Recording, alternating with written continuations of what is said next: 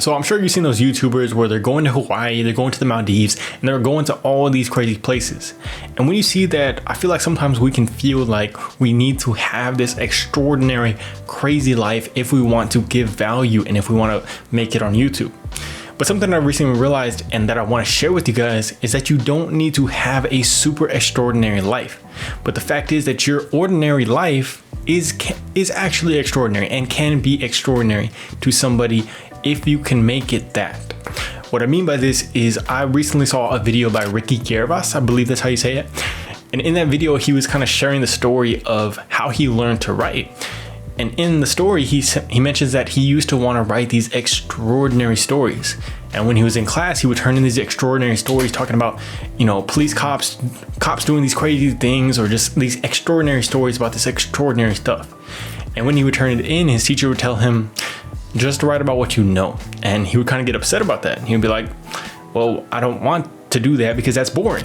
So in order to get his teacher back, what he decided to do was put in this paper about one of the most boring things that he could think of, which was his actual story of his mother taking care of his grandma and actually like cleaning up her poop, doing all that stuff, all that boring stuff.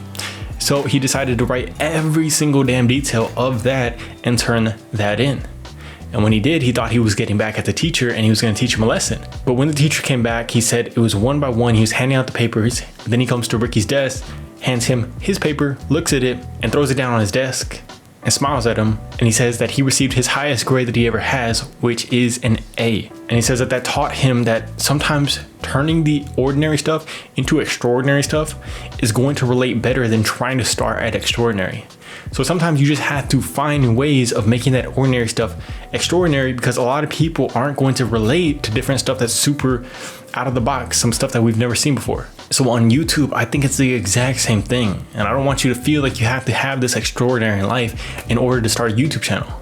But I feel like if we could take our ordinary everyday lives and turn them into lessons or turn them into videos that are entertaining because you make them extraordinary, then I feel like that's where you're really going to take off, because a lot of people can relate to that.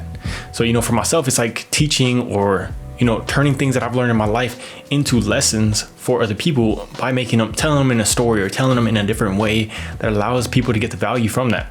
So whatever it is for your life, just turn whatever you have, whatever you're learning every day, whatever you're doing, the experiences, you're learning stuff pretty much every day. So just turn that into something extraordinary by using it in a story or using it in a way that makes it engaging.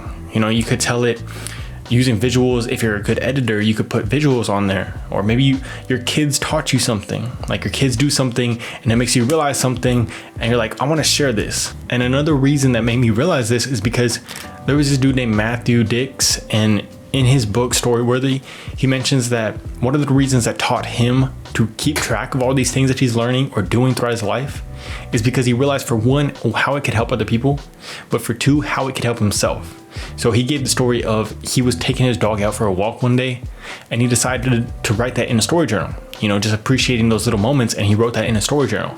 And when his dog passed away, he realized how grateful he was that he wrote that down, and how grateful he was that he had that logged as a memory to remember his dog. So for yourself, you know, doing all these things is going to make you more grateful, for one, but it's also going to help you remember all these things that you're doing throughout your life. So I just want you guys to be scared or fearful that you're not going to be able to make it because you don't have the most extraordinary life, because I truly don't believe that you need that.